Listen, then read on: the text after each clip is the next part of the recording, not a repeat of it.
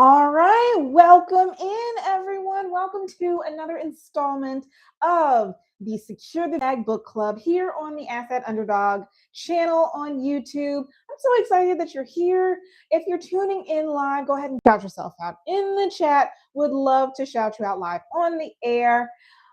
What a ride this has been. We have gone through, this will be our 8th book this month, and we have gone through so many titles.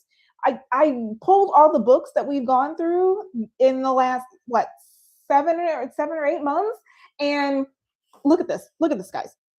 Look, all these wonderful books like You Are an IP Company, Taxes 101, The Art of Buying Art, Invested, How to Invest in Real Estate, Your Score, The Psychology of Money. All these books we have covered, and I have so thoughtfully curated the playlist on my channel so that you guys have access to the previous lives. If you're watching from another time and you didn't get them live, you can go on the channel and look at the past lives there. You can also go on the Secure the Bag playlist on Spotify if you have Spotify Premium. The audiobooks of all the books, every single one of the books that we have covered is on that playlist. I've linked it below in the description, so go ahead and check that out as well. But man, and then even more on my website, assetunderdog.com. If you go to /course, you can go to the Asset Academy where there are lessons for some of our hottest topics, including Taxes 101, Buying Art, like all those kinds of exotic things. And yeah, if you're tuning in live, go ahead and shout yourself out in the chat. So today we are starting a new book. I'm sorry that I missed you guys last week. Circumstances, but we are back with another book. We are reading 10X is Easier Than 2X by Dan Sullivan with Dr. Benjamin Hardy. I'm so excited to get into this book. You guys, I've read this book so 2 times at least. Once on what was it? On like an ebook version, and I was just highlighting up a storm there. Then I listened to it on audiobook, and now I'm reading the physical copy. So I've read it in all 3 formats at this point. Cool, right? But that just shows how like excited and juiced I am to talk about this book. My goodness. Let's get into it, guys. Let's get into it.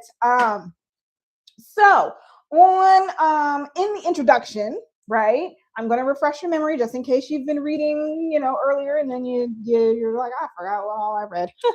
In the introduction, he talks about the famous sculptor, legendary sculptor, Michelangelo, who is not a Ninja Turtle, right? But he is a famous sculptor. You know him from the Hercules sculpture, Pieta, David, that's him. That's all him, right? And I was fascinated when I was reading the introduction. He's going into this story about how Michelangelo went through all the motions to improve his skills as a sculptor. He went so far as to essentially like rob graves. He was like, I'm going to take all these cadavers and I'm going to figure out how the human body works. Because mind you, this is like 1493. So autopsies, what? No, don't disturb the dead. So, but he's not in medical school. He's not, learning from a master sculptor. He's figuring this out on his own. So he's walking through all these steps, right? And then he goes like, all right, I've done one sculpture, but I want a 10X to the next one. And so he learns all these different techniques and improves upon them. And he goes on and on and on. He finds apprentices. He does the work. He builds the relationships. And eventually he gets to his 10X moment of doing the legendary David sculpture, which we know and love today. And that one is like light years away from his original sculpture when he was 17, the Hercules sculpture. Still fine work, but not in the same league. So Michelangelo, so mind you, he's telling this story, and I'm telling myself, all right, so the book is the title is 10X is easier than 2x. Michelangelo is going through a lot. I don't think that's easy. He could have just done something simpler, maybe, stuck to clay sculptures or something. Comment says, Common Green in the comments says, great resources. The intro of this book was so mind-blowing. This is 10x focus at another level. Yes. Again, I'm like, okay, I'm following, and I'm like, all right, if I have to be as heroic as Michelangelo here, I don't know if I can do this. I don't know if I can do this 10x. You got to convince me. You got to convince me. So of course I'm like, okay, how is 10x easier? Well, then on page 12, let me direct you guys to page 12, okay?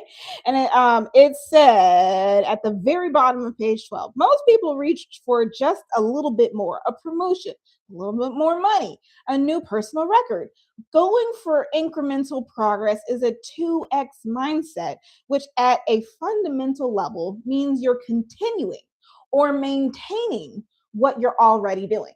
So what I want us to do, exercise, work with me here. If 10x is easier than 2x, right? And the idea is to have these big, impossible, lofty goals, right? What is your audacious goal that would be damn near impossible unless ... right? What is so I want to lose 50 pounds in 5 weeks. I can do this. I can't do this unless, I don't know, I don't eat for, 5 days straight. I don't know, right? Whatever the thing is, whatever your big, audacious goal, because I think what we need to do as we're reading along in this book, because not all of us are entrepreneurs, right? Not all of us are content creators or anything of that ilk, right? But we all have big goals at work, related to our time, freedom of, just having money, having time, having, energy, physical fitness, whatever, right? We all have those big goals. What I want you to do is, while you're reading this book, have that goal in mind, because it's going to, as the book goes along, and I'm going to talk about what he says on page 13, right? So he says 2x is exhausting and soul defeating. 10x isn't about more, it's about less. Going 10x is the simplification of your focus down to the core essential. Then you remove everything else. Okay, so essentially what we're talking here is you're changing your focus, right? You're changing your vision, and you're changing your identity. That's powerful, right? Ooh, Comet has a goal. Comet has a goal. She says in the comments, goal, add 100K to my net worth in 3 years. Heck yeah, I believe you can. Oh my gosh. And if you're thinking about it, right? So we're going to go to, which page is it? Oh, because I know exactly the page I want to say. Oh, okay. So on page 32, I'm just skipping ahead very briefly. Don't follow me along. Just listen. The quote says, again, almost nothing will work for 10x, which is why it's so useful. Okay. So we're getting the spirit of like, okay, I'm gonna dream big, but also there are only like a few ways that I can make this shake. There's only a few ways that I can add 100K to my net worth, right? Sustainably, or realistically, right? Potentially, there are so many ways that you could just do a little bit here, a little bit there, right? And you can get there eventually, right? That's 2x. But if you're thinking exponentially and not linearly, if you're thinking exponentially, then you've got to streamline the process. You've got to think, what resources do I need? Who do I need to contact and reach out to, right? So with your goal of 100K to your net worth, that might mean that you need to contact a financial planner. That might mean that you need a real estate investor contact, or a mentor in trading, day trading, or whatever it is that you think is going to get you there. And that you're going to put that system in place. On page 15, he says, that finally, 10x is not about any specific outcome. It's about the process. 10x is a capability. It's an operating system you deploy for. Here's a list. Okay, so stay with me. Dramatically expanding your vision and standards. That's one. Simplifying your strategy and focus. That's two.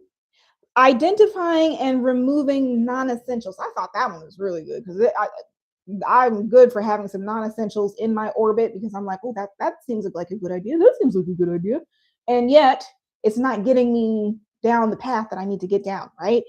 Developing mastery in unique areas. That's a good one because hello, stack of books next to me that you can't see right now, but that's me mastering unique areas, right? And so that tutelage, that information that I'm gleaning from the sources that I'm seeking out, because I have that 10x goal in mind. I'm not thinking small, I'm not thinking 2x, I'm thinking 10x. And because the big goal is right there, I know what to do. Leading and empowering others who excitedly share your vision. Okay. If you got people that are going to be, helping you get through this thing, right? Maybe it's your personal trainer, right? And, he or she's got to get on board with you being, committed to your fitness journey. Okay. Yeah. That's good. That's good stuff right there. I want you to consider this question. What part of this operating system that I just listed needs your 10x focus? This is on page 15. Let's think about this, right? I just mentioned that in identifying and removing non-essentials is my area that needs focus, but what's yours, right? What is bottlenecking your attention? That's something that he mentioned on that page as well. And then he talks about the 80-20 rule. Are you guys familiar with the 80-20 rule? Let me know in the comments if you're familiar with the 80-20 rule, Pareto principle, or were you familiar with it before reading the book? Yes, simplifying the strategy. Absolutely. Oh my gosh, this is so good. This is so good, right? We're getting into it, right? I mean, he's committed to making sure we come correct. Hello. Page, which was it? I think it was 46. We're getting into chapter 1 now. So we're moving past the introduction. We're getting into chapter 1. This one's page 37, actually. There's a graphic that gives a good kind of understanding of the difference between the 80-20 rule and how if you want to go 2x, 80% of what you're doing, you can already keep doing. All you need is a little 20% extra of new stuff to get you a little bit further. But if you want a 10x, you've got to take 80% of what you're doing and make it the new stuff. You've got to do something different. You've got to get that new focus, that new vision, that new identity that's going to get you to that 10x mindset, right? And then only leave like 20% of what you're existing doing. Because you don't want to throw it all out. Some of it might actually be useful. But is it 10x is the question. Not before. Okay, so you didn't know about the 80-20 rule before reading the book? Exactly. New stuff we're learning here. I wanted to mention actually on page 49 some new vocabulary words, y'all. There were some new vocabulary words he threw out there. Point of no return. Y'all remember what that is? That's basically when we have a moment of commitment, often involving financial investment. And then that's when your focus, your motivation, and your insights just skyrocket. Who among us hasn't been like, I'm going to buy that gym membership and then I'm going to, because I bought it, I got to go to the gym, or who has, paid for school, right? Or some classes and was like, oh, I got to sit and take this class because I don't already paid for it, right? You suddenly, you're just like, I'm locked in, right? There you go. Com says, what's powerful is that this is an ongoing process, the 80-20 exercise. Absolutely. He's literally saying like you renew your commitment to this concept over and over again. It's not just a one and done type of thing. He mentions the vocabulary word pathways thinking, meaning highly hopeful people continually adjust their pathway until they ultimately find and create a way to their goal. Um, I like to think I do pretty good pathway thinking, honestly. I'm always iterating. So there you go. And then the last one, I don't know if this was a familiar term for you guys, but decision fatigue. That's a good one. You know, President Obama, he was a good one about decision fatigue. He was like, I got two suits. One is black, or one is blue, one is gray. And I don't want to have to sit here and decide every morning what suit I'm going to wear. That's too much mental energy gone out the door when I got bigger things to decide on. So I'm going to have two suits and I'm going to pick between the two of them. And it's going to rid me of the decision fatigue of having too many choices. So there you go.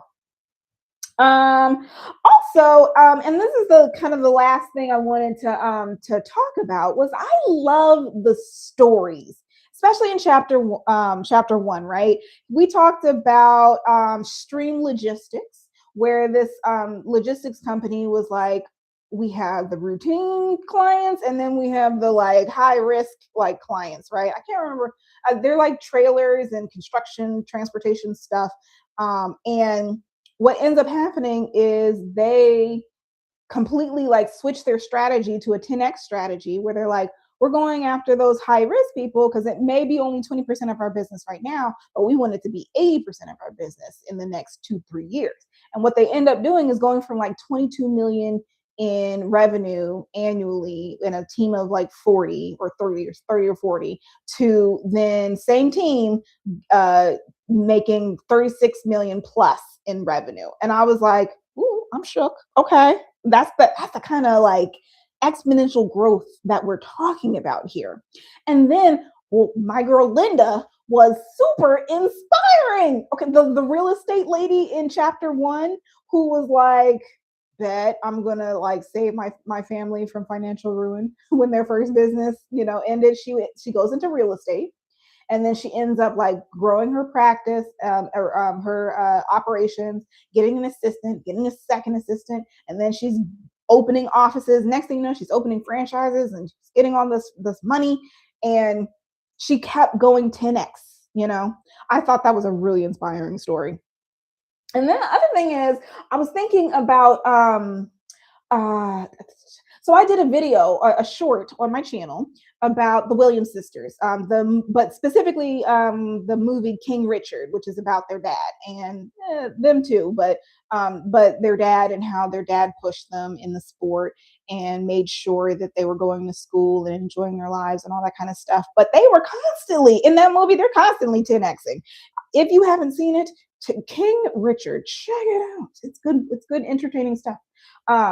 Yes, Carmen says Linda's story was my favorite too. Absolutely. And then she says decision fatigue is a big one for me that needs to change. I don't know. Maybe you need to start thinking about where your focus and your vision and your identity is going to change, such that you are doing things that do not require a decision, because you already know what it is. You just lock in. This is just what I do. I'll give you an example. So for me, I meal prep, right? I lost about 30 pounds meal prepping. And what I end up doing is I have a system. I have my basic like ingredients that I like rotate out. So I'll be like fish and steak this week. Next week, chicken and fish. I don't know, whatever. And I'll just rotate them out. And I'll go to Sam's Club, get my little stocks of stuff. And it's just it's my routine now, but it's also how I get the exponential results of taking care of my body and having exceptional health for my age, for my genetics, all that good stuff, because I'm locked in.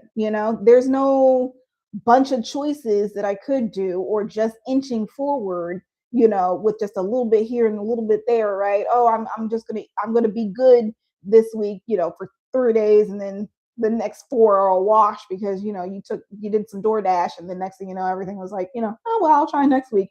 That's 2x. You want 10x, people. You want 10x. Comment says meal prep would eliminate a lot of decisions. Oh, yes, yes, yes, absolutely. Thanks for sharing this example, Brooke. Absolutely. You got it, people. You got it. All right. So that's it for chapter for the introduction in chapter 1. Next week, July 15th, we are going to dive into chapters 2 and 3. Remember that the audiobook is on the Spotify Premium playlist.